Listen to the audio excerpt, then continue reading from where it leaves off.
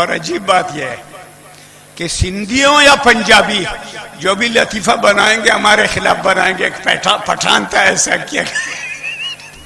خدا کے لیے یار کیا جرم کیا ہم نے پٹھانوں نے یار. کوئی بھی ابھی میرے قریب بیٹھا ہوا تھا, کوڑو صاحب بیٹھا ہوا تھا, میں نے کہا یار تجھے کس نے کہا جو ہمارے جلسوں کو خراب کرو.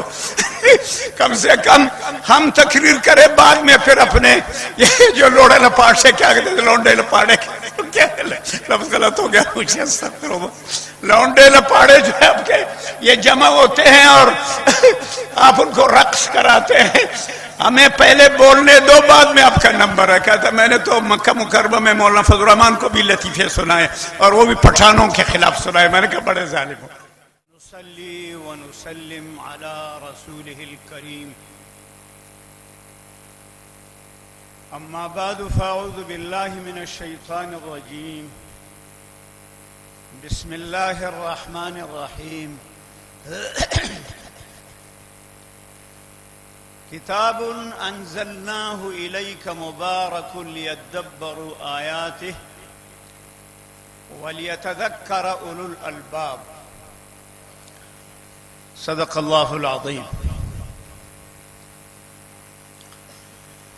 تاتو بیدار شوین نعرہ کشیدیم, تاتو بیدار شوین نعرہ کشیدیم,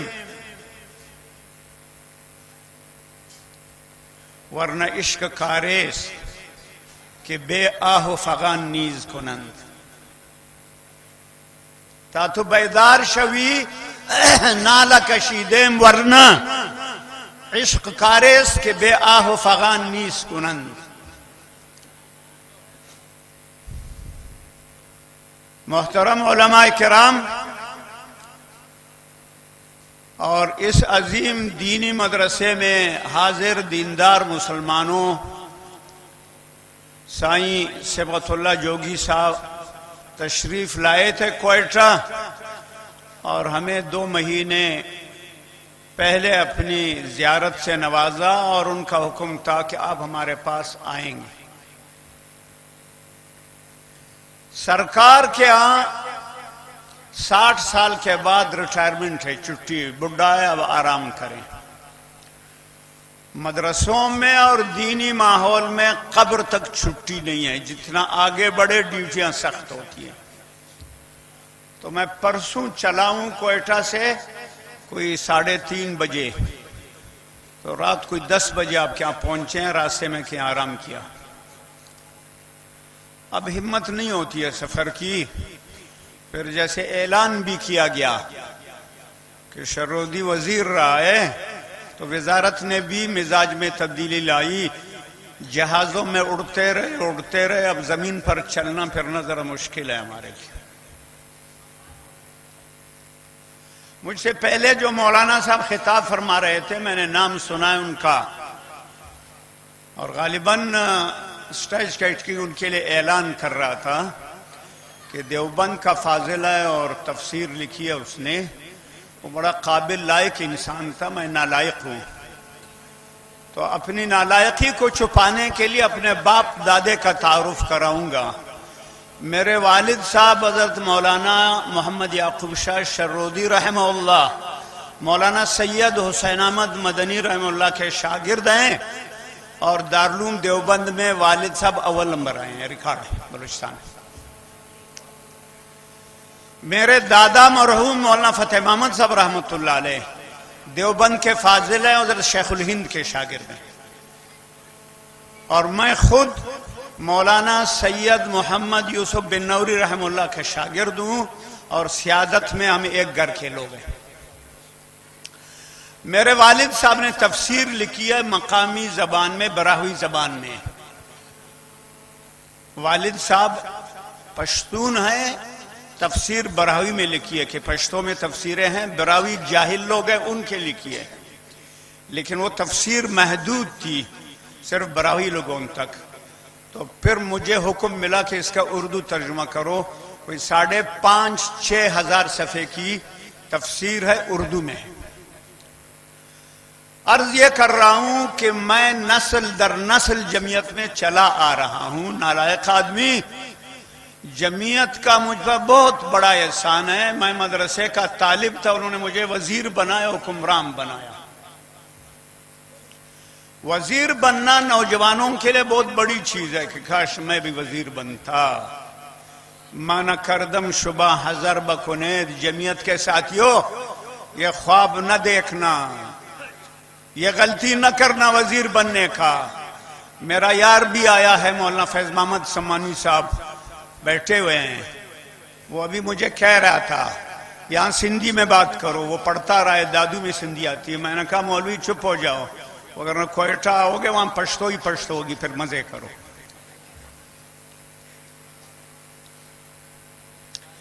میرا ایک دعویٰ ہے کہ پوری دنیا میں کوئی خطہ ایسا نہیں ہے جہاں دارالعلوم دیوبند کا فیض نہ پہنچا ہو. کوئی خطہ دنیا میں نہیں ہے. چیلنج کرتا ہوں, اور یہ بھی چیلنج کرتا ہوں کہ دنیا کا کوئی ایسا خطہ نہیں ہے جہاں پٹھان نہ ہو.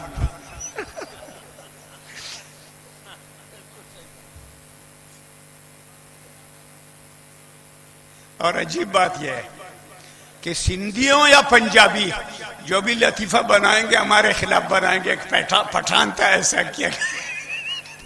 خدا کے لیے یار کیا جرم کیا ہم نے پٹھانوں نے یار. کوئی بھی ابھی میرے قریب بیٹھا ہوا تھا, کوڑو صاحب بیٹھا ہوا تھا. میں نے کہا یار تجھے کس نے کہا جو ہمارے جلسوں کو خراب کرو. کم سے کم ہم تقریر کریں, بعد میں پھر اپنے یہ جو لوڑے لپاٹ سے کیا کہتے ہیں لونڈے لپاڑے, کیا لفظ غلط ہو گیا مجھے, لونڈے لپاڑے جو ہے آپ کے یہ جمع ہوتے ہیں اور آپ ان کو رقص کراتے ہیں. ہمیں پہلے بولنے دو, بعد میں آپ کا نمبر ہے. کہتا میں نے تو مکہ مکرمہ میں مولانا فضل الرحمان کو بھی لطیفے سنائے اور وہ بھی پٹھانوں کے خلاف سنائے. میں نے کہا بڑے ظالم ہو.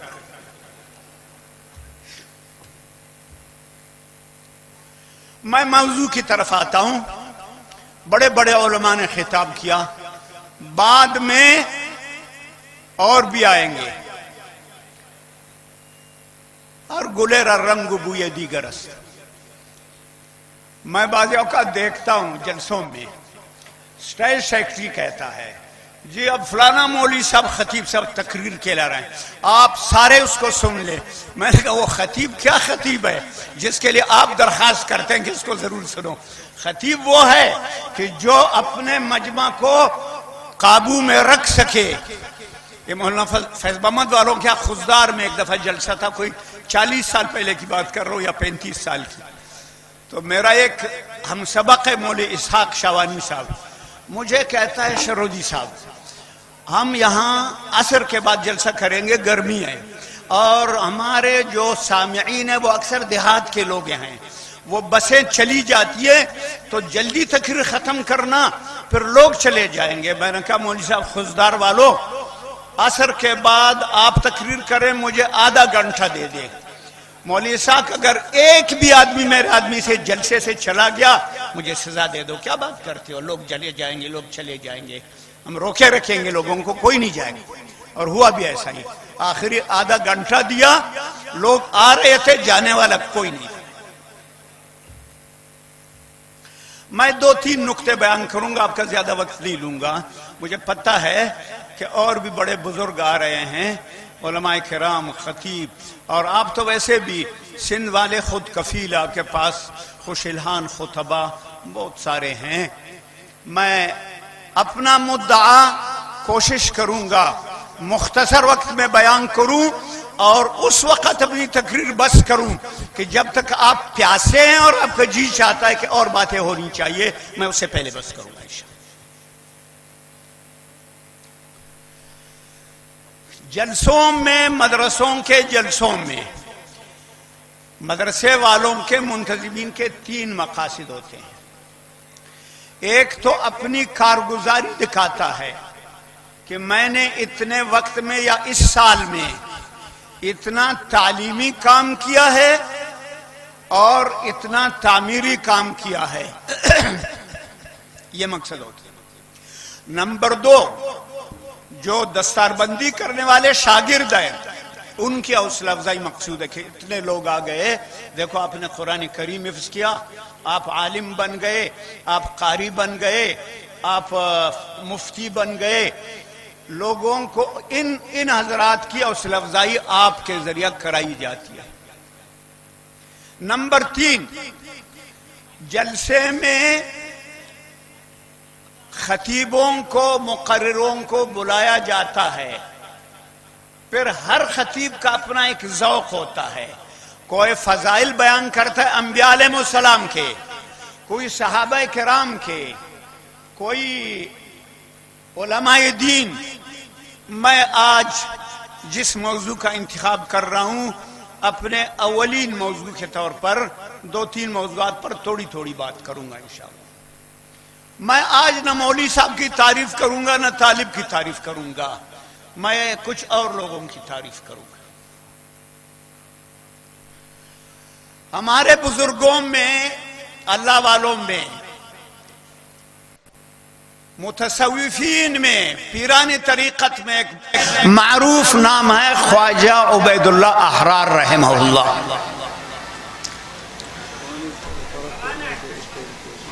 ہم جیسے کسی آدمی نے سنا تھا کہ خواجہ عبید اللہ احرار رحمہ اللہ بہت بڑا پیر ہے، بزرگ ہے، اب یہ سادہ آدمی چل پڑا ہے کہ میں جاؤں گا خواجہ عبید اللہ احرار کو دیکھوں گا، اس کے ہاتھ پہ بیعت کروں گا۔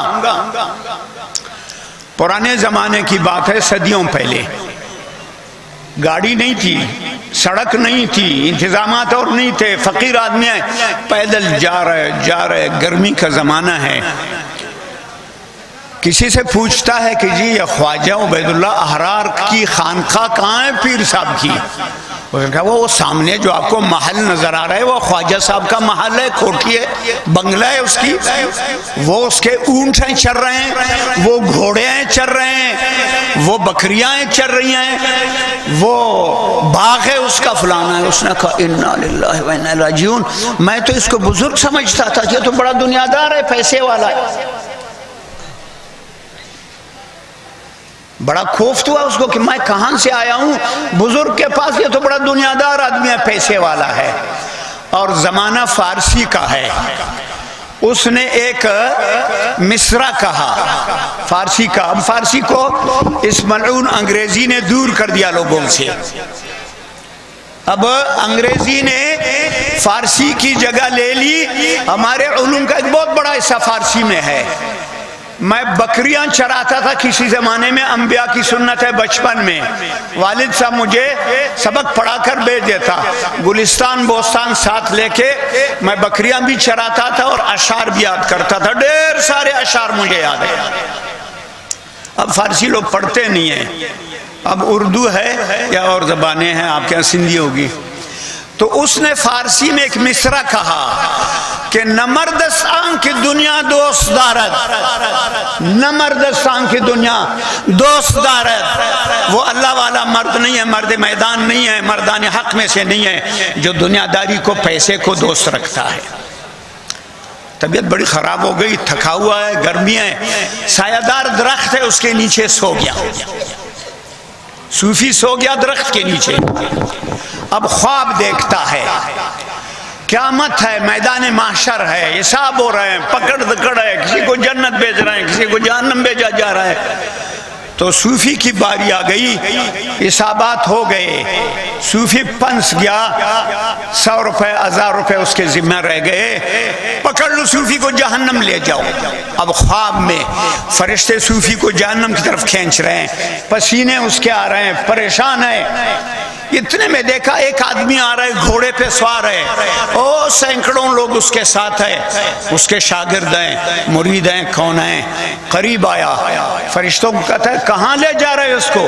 اس کو جہنم لے جا رہے ہیں۔ کہا جی کیوں لے جا رہے ہیں؟ کہتا ہے ایک مقروض ہے، لوگوں کے پیسے اس کے ذمہ پھنس گیا ہے۔ کہا بھائی یہ کوئی بات ہے؟ ہم نے جو اتنے لاکھوں کروڑوں خیرات کیے تھے وہ تو انہی یاروں کے لیے کیے تھے، ہمارے کھاتے سے دے دو اس کو۔ اس کے کھاتے سے دے دیا گیا، صوفی آزاد ہو گیا جہنم سے۔ اتنے میں آنکھ کھل گئی، استغفر اللہ، توبہ استغفر اللہ، گھبرایا ہوا ہے، جاگ گیا، گھبرا گیا۔ بس چل پڑا حضرت کے خانقاہ کی طرف، بزرگ کے. اللہ والوں کو کشف بھی ہوتا ہے، لیکن کشف کوئی بڑی بات نہیں ہے، کشف بڑی بات نہیں ہے. دین پر سنت پر استقامت. ما کشف را بر کفش میں زنیم. کوئی اللہ والا کہتا ہے ہم کشف کو جوتے پہ کے نوک پہ رکھتے ہیں، کشف کی کیا حیثیت ہے؟ لیکن بہرحال یہ ہوتا ہے، لوگوں کو بزرگوں کو بھی کشف ہوتا ہے. اس کو کشف ہو گیا تھا کہ صوفی نے یہ کہا تھا کہ نہ مردس آنکھ دنیا دوست دارد. جب صوفی آیا تو بزرگ نے اس کا استقبال کیا، آئیے آئیے صوفی آ جائیے.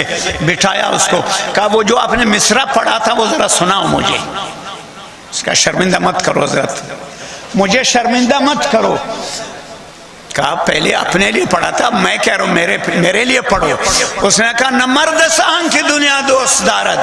کہا دوسرا میرے طرف سے لے لو. اگر دارد برائے دوست دارد، اگر دارد برائے دوست دارد، اگر رکھتا ہے پیسے تو اپنے لیے نہیں، فقیروں کے لیے، درویشوں کے لیے، مدرسے کے لیے، طالب کے لیے، مسجد کے لیے، غازی کے لیے، مجاہد کے لیے، اپنے لیے نہیں رکھتا. کیا دھوکہ لگا آپ کو کہ جس کے بعد پیسہ وہ بزرگ نہیں بن سکتا؟ حلال سے کمایا ہوا دولت، حلال سے کمائی ہوئی دولت کسی کے پاس ہے اور وہ دین پہ لگاتا ہے، وہ قابل قدر ہے. آج میں اس قصے کے ضمن میں مدارس کے ساتھ تعاون کرنے والے 100 روپے سے لے کر لاکھوں روپے تک جو لوگ مدرسوں کی مدد کرتے ہیں، میں اپنے ان الفاظ کے ساتھ علماء طلباء کے بجائے، خطباء اور شاعروں کے بجائے، میں ان دیندار مسلمانوں کو سلام پیش کرتا ہوں کہ اس دار الفساد پاکستان میں جہاں مولوی اور طالب سوتیلا ہے اور اسکول کالج اور یونیورسٹی والا وہ ملک کا مالک ہے، اور ہم بھیک مانگتے ہیں، چندہ کرتے ہیں، ہم مدرسہ چلاتے ہیں، مسجد چلاتے ہیں. میں فضائل بیان کر رہا ہوں ان لوگوں کے جو مدرسے کو چندہ دیتے ہیں. اس کے لیے ایک اور قصہ بھی مجھ سے سنتے جائیں. مولانا عبدالحق حقانی رحمہ اللہ، اکوڑا خٹک میں بہت بڑا مدرسہ ہے جس میں 1500-2000 آدمی دارالحدیث میں بیٹھ کے حدیث سنتے ہیں. قدیم ادارہ ہے. مولانا عبداللہ ککانی دارالدیوبند کے مدرس تھے، پاکستان آئے، مدرسہ بنایا ہے. ان کا بیٹا ہے مولانا سمیع الحق، شہید ہوا ہے. اس کا پوتا ہے حامد الحق نام تھا، حامد الحق شہید ہوا ہے. مولانا عبدالحق کے رسالے الحق میں نے کوئی 20-25 سال پہلے پڑھا تھا. الحق ان کا رسالہ ہے. حضرت اپنا قصہ سناتے ہیں مولانا عبدالحق حقانی کہ ہماری مسجد، میں نے دیکھی وہ مسجد مدرسہ روڈ کے کنارے ہے شاہراہ کے. میں نے نماز پڑھی، میں مسجد سے نکلنے لگا تو ایک پولیس والے نے مجھے روکا. حضرت میرا آپ سے ایک کام ہے. الگ سے 1 روپے جیب سے نکال کر مجھے دیا. 1 روپے آج کا نہیں ہے، آج تو 10 روپے بھی کچھ نہیں ہے. بچے کو دے دو وہ بھی مسترد کرتا ہے. 10 روپے سے کیا بنتا ہے؟ دکاندار لے گا یا نہیں لے گا؟ 1 روپے آج سے 60-70 سال پہلے کا. کہتے مجھے 1 روپیہ دیا، پولیس والے نے دیا. اور مجھے کہا مولانا آپ کہیں گے اس 1 روپے سے کیا بنتا ہے؟ یہ 1 روپیہ اس آدمی نے دیا ہے جس نے آج دوپہر کا کھانا اس لیے نہیں کھایا ہے کہ آج میں بھوکا رہوں گا، اور یہ 1 روپیہ طالب کو دوں گا، وہ روٹی کھائے گا، میں آج کا دن بھوکا گزاروں گا. مجھے پولیس والا بھی 1 روپیہ دیتا ہے، مجھ سے عقیدت رکھتا ہے کہ میں بھوکا رہوں، طالب روٹی کھائے. اس لیے جو لوگ ہمیں 1 روپے، 10 روپے، 100 روپے، لاکھ روپے، کروڑ روپے اگر دیتے مدرسے کو، میں آج کی اس محفل میں آپ کی طرف سے، اپنی طرف سے مدارس کے معاونین کو سلام پیش کرتا. دوسرا موضوع میرا ہے، اس میں ذرا دل تام کے بیٹھ جائیں. اس میں آپ پر تنقید کروں گا، مولانا صاحبان پر تنقید کروں گا، سب سے پہلے اپنے اوپر تنقید کروں گا، اس کے بعد پھر تیسرا ٹاپک میرا آتا ہے موضوع، اس کو بھی سنبھالتا ہوں، مختصرا دے رہا ہوں، اگر نہ ان ہر موضوع پر گھنٹوں بات ہو سکتی۔ یہ بڑا آسان ہے دوستو، وزیر اعظم نے یہ کیا، وزیر اعلیٰ نے یہ کیا، گورنر نے یہ کیا، جرنیل نے چوری کی، جج بے ایمان ہے، یہ بڑا آسان ہے، یہ بڑا آسان ہے، پہلے بڑا مشکل تھا، اب بہت آسان ہے۔ انہوں نے اپنے آپ کو اتنا ذلیل کیا کہ اب یہ کام بڑا آسان ہے۔ کچھ لوگ تقریر میں، باتوں میں، اشارے کنائے میں جو وہ بوٹ والے یوں کرتے، میں نے کہا کیا تیرا یہ خاوند ہے، اس کا نام ہی لیسے تھے بوٹ والے، صاف کہا دو فوجیوں نے ہمارا بیڑا غرق کر دیا، فوجیوں نے بیڑا غرق کر دیا اس ملک کا، کیا شف کرتے ہو؟ اب آسان ہو گیا ہے۔ ہمارے اکابر آج سے 50 60 70 سال پہلے میں نے دیکھے ہیں ججوں کی عدالتوں میں، انہوں نے پیشی کے دوران یہ کہا ہے کہ صاحب، یا اس کے وکیل نے کہا ہے صاحب میں نے جو یہ بات کی تھی ایوب خان جنرل کے خلاف، یہ میں نے نہیں کیا ہے، وہ اخبار میں لکھی بات میں، وہ فلان کتاب سے نقل کیا ہے، وہ ایسے حالات ہے۔ آج جمعیت علماء اسلام کی برکت سے، علماء دین کی قربانیوں کے بدولت، آج ہم جیسے لوگ ادنا خادم علماء کے جوتے اٹھانے والے جج کو بگایا ہے عدالت سے، یہ جمعیت کی برکت ہے۔ آج حکومت کے خلاف بولنا بہت آسان ہے، لیکن آپ کے خلاف، مولوی کے خلاف، طالب کے خلاف، حاجی کے خلاف، تبلیغی کے خلاف بولنا یہ کفر ہے۔ یونس علیہ السلام اللہ کا نبی ہے، یونس علیہ السلام اللہ کا نبی ہے، مچھلی کے پیٹ میں گیا ہے، مچھلی نے اس کو لقمہ بنایا، فَالْتَقَمَهُ الْحُوتُ وہ ملیم، مچھلی نے اس کو نگل لیا، پھر اس کے بعد میدان پہ پھینکا۔ قرآن کریم میں پورا قصہ ہے، وہ بالکل کمزور ہو گیا تھا، اتنا کمزور ہو گیا تھا مچھلی کے پیٹ اور گرمی اور بخارات کی وجہ سے کہ اس کا بدن اتنا نازک تھا، مکھی بھی اس پر بیٹھ جاتی اس کو تکلیف ہوتی۔ وَأَنبَتْنَا عَلَيْهِ شَجَرَةً مِّن يَقْطِينٍ، اللہ پاک فرماتے ہیں ہم نے کدو کی بیل اگائی۔ اب سندھی ہیں، اردو بتاتا ہوں آپ کو، ایک ہوتا ہے درخت، ایک ہوتی ہے بیل، ایک ہوتا ہے بیل، گائے بیل وہ الگ ہے، بیل اس کی جمع ہے بیلیں، یعنی وہ چیز جو اپنے قد پہ کھڑا نہیں ہو سکتی، جیسے کدو ہے، جیسے انگور ہے اور اس قسم کی چیزیں ہیں، ان کو کوئی سہارا دے کے کھڑا کرتے ہیں، وہ اردو میں بیل ہے، براوی میں بھی ول کہتے ہیں اس کو، پشتو میں اس کو جڑنگ کہتے ہیں۔ براوی میری مادری زبان ہے، پشتو میرے گھر کی سرکاری زبان ہے، والد صاحب پشتو بولنے والوں میں سے۔ ہم نے کدو کی بیل اگائی اور عربی میں اس کو نجم کہتے ہیں، سورہ رحمان میں ہے، وَالنَّجْمُ وَالشَّجَرُ يَسْجُدَانِ۔ طالب سے کمزور ملا سے پوچھو یہ سورہ رحمان نے وَالنَّجْمُ کا کیا معنی ہے، وہ کہے گا ستارہ مراد ہے، وہاں ستارہ مراد نہیں ہے سورہ رحمان میں، اسے ول مراد ہے، وَالنَّجْمُ وَالشَّجَرُ يَسْجُدَانِ۔ تو اللہ پاک فرماتے ہیں ہم نے کدو کے بیل اگائی، کیوں اگائی؟ مفسرین کہتے ہیں کہ کدو کے بیل پر مکھی نہیں بیٹھتی، تو یونس علیہ السلام کو بچائیے، اللہ نے اس پر کدو کے بیل اگائی سایہ دینے کے لیے۔ یونس علیہ السلام کیوں مچھلی کے پیٹ میں گئے؟ اللہ کا پیارا ہے، اللہ کا نبی ہے، قوم پر عذاب آ رہا ہے، اللہ کے نبی کو اطلاع آ گئی کہ عذاب آ رہا ہے، اب حق یہ تھا کہ وہ چھٹی لیتا، یا اللہ میں بیٹھ جاؤں چلا جاؤں، پوچھے بغیر گیا ہے، اور جا کے وہاں کشتی میں سوار ہوا ہے، کشتی والوں نے کہا، ناخدا نے کہا، ناخدا ملاح کشتی کا ڈرائیور، اس نے کہا کہ موجیں آ گئی، کشتی غرق ہو رہی ہے، وزن زیادہ ہے، تو ہم میں سے کوئی ایک آدمی چھلانگ لگائے۔ تو حضرت کو خیال آیا یونس علیہ السلام میں چھلانگ لگاتا ہوں. کہا کیوں؟ کہتا ہے میں مجرم ہوں. اس کے ذہن میں آیا کہ میں نے چھٹی نہیں لی. نہیں حضرت آپ تو بڑے بزرگ لگتے ہیں, ہم آپ کو نہیں. 3 دفعہ قرآن اندازی ہوئی, 3 دفعہ, تینوں دفعہ یونس علیہ السلام کا نام آیا.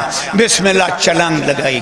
چھلانگ لگائی, مچھلی کو کہا گیا امانت ہے ہضم نہ کرنا, تھوڑی دیر کے لیے رکھو, اور پھر ساحل کی طرف لے جاؤ, اس کو باہر پھینک دو. یونس علیہ السلام معصوم پیغمبر ہے, اس کو تنبیہ ہوتی ہے مچھلی کے پیٹ میں قید خانہ اس کے لیے بنتا ہے. مولوی ہو, طالب ہو, صوفی ہو, قاری ہو, حافظ ہو, پاکستان خراب ہے, دربدر ہے, بگڑا ہوا ہے. جرنل صاحب نے خراب کیا, وزیر اعظم نے خراب کیا, صوفیوں, مولویوں, طالبوں, ہم نے نہیں کیا خراب اس کو. ہم دنیا دار نہیں ہیں, ہم حلال و حرام سے بالاتر نہیں ہیں. حاجی ہے, صوفی ہے, تبلیغی ہے, کیا اس کا کاروبار, اس کی تجارت, اس کی زمینداری, یہ سب شریعت کے مطابق ہے. یہ آسان ہے, فلان غلط ہے, فلان غلط ہے. میں غلط ہوں, آپ غلط ہیں. آج اگر پاکستان کا ملا, پنجاب کا مولوی, سندھ کا مولوی, بلوچستان کا مولوی, خیبر پختونخوا کا مولوی جو لاکھوں کی تعداد میں ہے, بمے طلباء کے کروڑوں کی تعداد میں ہے, آپ اگر توبہ کرے میدان میں آ جائے, جرنل کا باپ بھی آپ پر حکومت نہیں کر سکتا. اللہ کا عذاب ہے مجھ پر, آپ پر. یہ جرنیل آپ کا, آپ کو جرنیل نہیں ملے ہوں گے. آپ نے دور سے سنا ہوگا, میرا ایک دفعہ ٹاکرا ہوا ہے جرنل پرویز مشرف سے, میں نے لاجواب کر دیا اس کو. کہتا ہے اب 300 آدمی بیٹھے ہیں, افسر ہیں, فوجی ہیں, فلانا ہے, ان میں ایک مولوی میں ان سفید کپڑوں میں, کالی پگڑی میں آتے ہی نظر پڑ گئی, وہ مولانا بیٹھے ہیں. مولانا کہتے ہیں سب سے پہلے اسلام, میں کہتا ہوں سب سے پہلے پاکستان. جنرل کہتا ہے, اور کہتا ہے میں بھی مسلمان ہوں, میں نے بیت اللہ شریف کے اندر نماز پڑھی ہے. آپ اتنے لوگ بیٹھے سینکڑوں, کسی ایک نے پڑھی ہے؟ یہ پاگل پہلے کہتا تھا میں نے چھت پہ پڑھی ہے, اس لیے کہ بیت اللہ شریف زمین سے قد آدم اوپر ہے, سیڑھی لگا کے جاتے ہیں, تو یہ سیڑھوں پہ گیا تھا اور کہتا تھا میں نے چھت پہ بیت اللہ. پھر کسی نے سمجھایا ہوگا درباری ملا نے کہ بھائی چھت نہیں, اندر گئے ہو, میں نے اندر نماز پڑھی ہے, تم لوگوں نے پڑھی ہے بیت اللہ کے اندر. میں نے امریکہ کے صدر کو کہا, پرویز کہتا ہے کہ مدرسوں کو مت چھیڑو, یہ بہت اچھا کام کر رہے ہیں. میں نے فرانس کے صدر کو کہا کہ لڑکیوں کو, عورتوں کو سکارف, سر پہ ڈالنے والا دوپٹہ, اس سے مت روکو, یہ ان کا بنیادی حق ہے, انسانی حق ہے. میں نے یہ کیا. اس کے بعد سوال جواب شروع ہو گئے. 2 آدمیوں نے سوالات کیے جرنل سے. میں نے کہا لاؤ مائک میرے پاس. میں نے کہا جرنل صاحب, اللہ تعالیٰ آپ سے یہ نہیں پوچھے گا, نہ ہم آپ سے پوچھیں گے کہ نفلیں کتنی پڑھی ہیں, مسجد میں پڑھی ہیں, گھر میں پڑھی ہے, بیت اللہ میں. آپ پاکستان کے صدر ہیں, میں آپ سے پوچھتا ہوں کہ آپ کے ملک میں نظام عدل درست چل رہا ہے؟ 20 سال 30 سال عدالتوں میں لوگ رکھاتے ہیں, ذلیل ہو جاتے ہیں, رزلٹ کس کے سامنے نہیں آتا, عدل نہیں ملتا. آپ کا نظام تعلیم بانگے جرنل صاحب, آپ کے تعلیمی اداروں سے آدمی پیدا نہیں ہو رہے ہیں, رجال کار پیدا نہیں ہو رہے, قات الرجال ہے. یہ ملک برباد ہے ان لوگوں کے ہاتھوں جو سرکاری دفتروں میں بیٹھے ہیں, چپراسی سے لے کر سیکٹریوں تک, فیڈرل سیکٹریوں تک. آپ کے پاس آدمی نہیں ہے, نظام تعلیم آپ کا برباد ہے. ایسے 2 3 4 سوالات کیے, بس سوالات ختم ہو گئے. لاؤ مائک. پھر شروع کیا. اب اس بیوقوف آدمی سے کوئی پوچھے اسلامی نظام پر بات کرنا آپ کا کام ہے, علماء کا. اپنا موضوع چھوڑ کے اسلام پر شروع ہو گیا اور گھبرا گیا, پریشان ہو گیا, پسینے آ گئے. پھر مجھے کہتے مولانا آپ مطمئن نہیں ہو رہے ہیں. تو میں نے اپنے دل میں کہا, اثر رہا یوسف فی نفسی ولم یبدی لهم, اپنے دل میں کہا کہ آپ خود مطمئن نہیں ہو رہے, میں کیسے مطمئن ہوتا ہوں آپ کی تقریر سے. یہ ملک ایک انقلاب مانگتا ہے, یہ ملک ایک انقلاب مانگتا ہے. ووٹ کے لیے میں جاؤں, کوئٹہ کی سردی میں 3 گھنٹے لائن میں لگ جاؤں, جنوری میں, دسمبر میں, کانپتا ہوا ووٹ ڈالوں، اور آپ سندھ میں پنجاب میں گرمی کے دنوں میں جولائی جون میں ووٹ ڈالیں، اور پھر اس کے بعد پھر شام کو ڈی سی کو آرڈر ملتا ہے کینٹ سے کہ فلان صاحب کو ایم پی اے بناؤ، فلان صاحب کو ایم این اے بناؤ۔ ایک گھر میں سویا ہوا ہے ہمارے کوئٹہ میں، ہمارے زمانے میں جب ہم وزیر تھے وہ اسپیکر تھا، آج کل مسلم لیگ میں ہے، جمال شاہ کاکڑ، وہ گھر میں سو رہا ہے، ظہر کو دروازہ کھٹ کھٹ رہا، اٹھو اٹھو، کیا ہوا کیا ہوا؟ کہتا جی آپ کو ایم این اے بنایا گیا ہے۔ وہ گھر میں سویا ہوا ہے، شرم نہیں آتی فوجیوں کو، حیا نہیں آتی، مذاق اڑاتے ہیں قوم کا۔ تفو تمہاری اس جمہوریت پر، انسانوں کی خود ساختہ جمہوریت، تمہاری یہ مقدس گائے لعنت کے قابل ہے۔ یہ ہماری مہربانی ہے کہ ہم آپ کے ساتھ جمہوریت کو مانتے ہیں، یہ تو خدا کا بنا ہوا قانون نہیں ہے، بندوں کا ہے۔ ہم گزارا کر رہے ہیں آپ کے ساتھ، تم اتنے بے حیا ہو، قوم کا مذاق اڑاتے ہو۔ واللہ اگر تمہارا یہ رویہ رہا، وہ دن دور نہیں کہ تمہیں اس ملک سے بھاگنا پڑے گا۔ بنگلہ دیش کی وزیر اعظم نہیں بھاگی، قوم تمہیں بھگائے گی۔ یہ وزیر اعظم، یہ وزیر اعلیٰ، یہ اسکرین پہ دکھانے کی چیزیں ہیں، فیصلے تو آپ کینٹ میں کرتے ہیں۔ ہمیں حکم ہے قائد جمعیت کا، جب تک یہ حکم برقرار ہے ہم ادنا خادم ہے جمعیت کے، لیکن قوم اس وقت اس جمہوریت سے مایوس ہے۔ یہ جرنیل یا خود ٹھیک ہو جائیں یا پھر قوم میدان آئے گی ان کو ٹھیک کر دے گی۔ جب ہم ٹھیک ہو جائیں گے، جیسا دودھ ہوگا ویسا مکھن آئے گا۔ اعمالکم و اعمالکم، مولوی درست ہو جاؤ، توبہ کرو اللہ کے حضور۔ میرے اور آپ کے عمل کا پاکستان پر اثر ہے، بدامنی ہے، چوری چکاری، اغوا برائے تاوان، کچے کا ڈاکو، پکے کا ڈاکو۔ 5 سال میں منسٹر رہا ہوں۔ کوئی صوفی کہہ سکتا ہے کسی اور مولانا کو، مولانا اپنے وزارت کا مزہ نہیں دیکھا ہے، میں نے 5 سال وزارت کی ہے، حکمران رہا ہوں 5 سال تک۔ خدا کی قسم پوری ذمہ داری سے میں کہتا ہوں، اپنا تجربہ، سل المجرب ولا تسل الحکیم، میں 5 سال وزیر رہا ہوں، میں نے دیکھا ہے اس جگہ کو۔ اللہ کی قسم اس مسجد کی زندگی، ان مولانا صاحبان کی زندگی، طلباء کی زندگی، اس زندگی سے 100 درجے بہتر ہے میرا تجربہ۔ میں نے ایک دفعہ وزارت کے آخری سال عمرہ کیا، جب ادھر آیا ساتھیوں کو میں نے کہا میں قسم اٹھاتا ہوں، قسم اٹھا کے کہتا ہوں کہ اجابت کی جگہ ہے بیت اللہ شریف، وہاں دعائیں قبول ہوتی ہے، زبان سے نہیں حلفیہ بیان دیتا ہوں، قسم ہے اگر میرے دل میں آیا ہو کہ اللہ مجھے دوبارہ وزیر بناؤ یا وزیر اعلیٰ بناؤ۔ دھوکہ نہ کھانا صوفیوں جمعیت کے ساتھیوں، بطور خاص نوجوانوں کو کہتا ہوں، طلباء کو کہتا ہوں، پروٹوکول ہے، وزیر صاحب جا رہا ہے اور اس کے ساتھ پولیس والے ہیں، کالے شیشے ہیں بلیک گاڑی میں۔ فقیر بنے رہو، فقیر فقیر بنے رہو، جو مزہ فقیری میں ہے وہ وزیری میں نہیں ہے۔ فقیر بادشاہ ہوتا ہے، وزیر بادشاہ سے بہت نیچے ہے۔ طلباء کو نصیحت کرتا ہوں دھوکہ نہ کھانا، پڑھو اور پڑھو، فقیر کی زندگی گزارو۔ یا بھی حالیہ دنوں میں وہ پنجاب کا جو پیر صاحب فوت ہو گیا، کیا نام تھا اس کا بزرگ کا، نقشبندی صاحب بھی فوت ہو گیا، کوئٹہ آیا تھا، ہمارے ہاں بہت بڑا مدرسہ امدادیہ، اس میں پروگرام تھا، میں دیر سے پہنچا، کہا جی پروگرام ختم ہو گیا، حضرت کمرے میں آرام کر رہے ہیں، مکان میں ہیں۔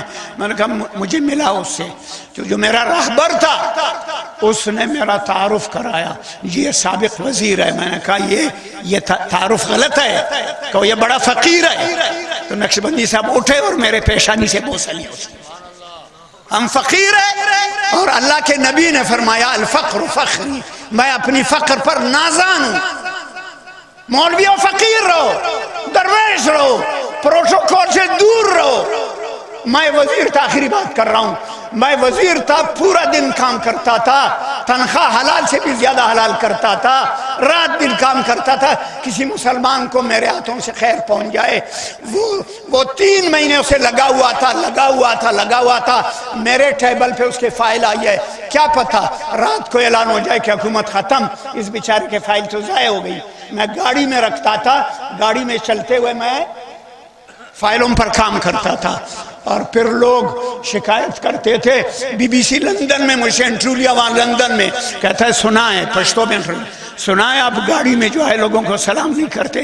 میں نے کہا میرے پاس وقت کہاں ہے لوگوں کو سلام کرنے کے لیے، میں تو مدرسے میں مدرس ہوں، میں تفسیر لکھتا ہوں، میں جماعت کا کام کرتا ہوں، میں اسمبلی اٹینڈ کرتا ہوں، میں کیبنٹ اجلاس میں جاتا ہوں، میرے پاس ٹائم نہیں ہوتا، اور فائلیں میں گاڑی میں رکھتا ہوں کہیں ایسا نہ ہو کل تک حکومت ختم ہو جائے اور جن کی فائلیں میرے پاس امانت ہے وہ مارے جائیں۔ تک جاتے تھے۔ دفتر کا ٹائم تو 3 بجے ہوتا تھا، ہم 6 بجے تک دفتر میں ہوتے تھے۔ دن کا کھانا نہیں ملتا تھا، ہمیں دن کا کھانا نہیں ملتا تھا کام کی وجہ سے۔ پھر عصر کے بعد نکلتے تھے، کہیں ورزش کرتے تھے تھکاوٹ دور کرنے کے لیے۔ ایک گلی میں روڈ پہ میں جا رہا ہوں، میں نے دیکھا ایک مزدور وہاں کام کر رہا ہے، عصر کو بیلچہ مار رہا ہے۔ ڈرائیور کو میں نے کہا گاڑی چھپاؤ، پولیس والوں کا میں نے ہٹ جاؤ۔ جا کے مزدور سے بیلچہ لیا وزیر نے، اس بیچارے کو کیا پتا یہ وزیر صاحب ہے، مجھے ڈانٹتا رہا اس طرح چلاؤ اس طرح چلاؤ۔ ہم نے بچپن میں مزدوری کیا ہے، یہ چالے پڑے ہمارا، تو ہم مزدور لوگ ہیں، تو میں اس کے لئے کام کرتا رہا۔ ہم نے ایسی وزارت کی ہے، فقیروں کے درمیان میں رہے ہیں۔ میں آپ سب کو نصیحت کرتا ہوں اس میدان میں نہ جانا، یہ خواب نہ دیکھنا، کسی اپنے اچھے ساتھی کو آگے لے جاؤ، یہ عیب نہیں ہے، خود شوق نہ کرنا، یہ بت دل سے نکال دو۔ ایک شعر پہ یا ربائی پہ اپنی بات ختم کرتا ہوں۔ ہر بت سے خالی ہے، ہر بت سے خالی ہے یہ من کا مندر، ہر بت سے خالی ہے یہ من کا مندر، ابھرا یہ جذبہ کل میرے اندر، جمشید و کسرا دارا سکندر، جمشید کسرا دارا سکندر، در پشت پائے مرد قلندر، یہ آپ کے جج، یہ آپ کے جرنیل، یہ آپ کا صدر، یہ آپ کا وزیر اعظم، سائیں صبت اللہ کے مدرسے کے حافظ کے جوتے کے برابر ہے میری نظر میں۔ اپنی باتوں کا میں خود ذمہ دار ہوں، یہ میرا عقیدہ ہے، آپ سے کوئی نہیں پوچھے گا۔ فقیرانہ آئے صدا کر چلے، فقیرانہ آئے صدا کر چلے، میاں خوش رہو دعا کر چلے۔ ایک دفعہ وہاں نصیر آباد میں بلوچستان میں جلسہ تھا، مولانا مجید ندیم آئے تھے، میں وزارت کا زمانہ ہے، میں نے یہ شعر پڑھا تو ندیم صاحب کہتے ہیں مولانا یہ تو آپ نے ہمارا استحقاق مجروح کیا، آپ وزیر ہیں، ہمارے لیے شعر ہے فقیروں کے لیے۔ میں نے کہا کوئی آسمان نہیں گرے گا، میں اس شعر میں ترمیم کروں گا، وزیرانہ آئے، وزیرانہ آئے صدا کر چلے، مولانا خوش رہو ہم دعا کر چلے، وآخر دعوانا الحمدللہ۔ مبارکباد پیش کرتا ہوں دستار بندی کرنے والے حفاظ کو، حضرت مولانا کا شکریہ ادا کرتا ہوں۔ سائیں صبت اللہ شاہ صاحب کا آپ حضرات کی زیارت کرائی، کہاں میں اور کہاں یہ نگہت گل، کہاں میں اور کہاں یہ نگہت گل، نسیم صبح تیری مہربانی۔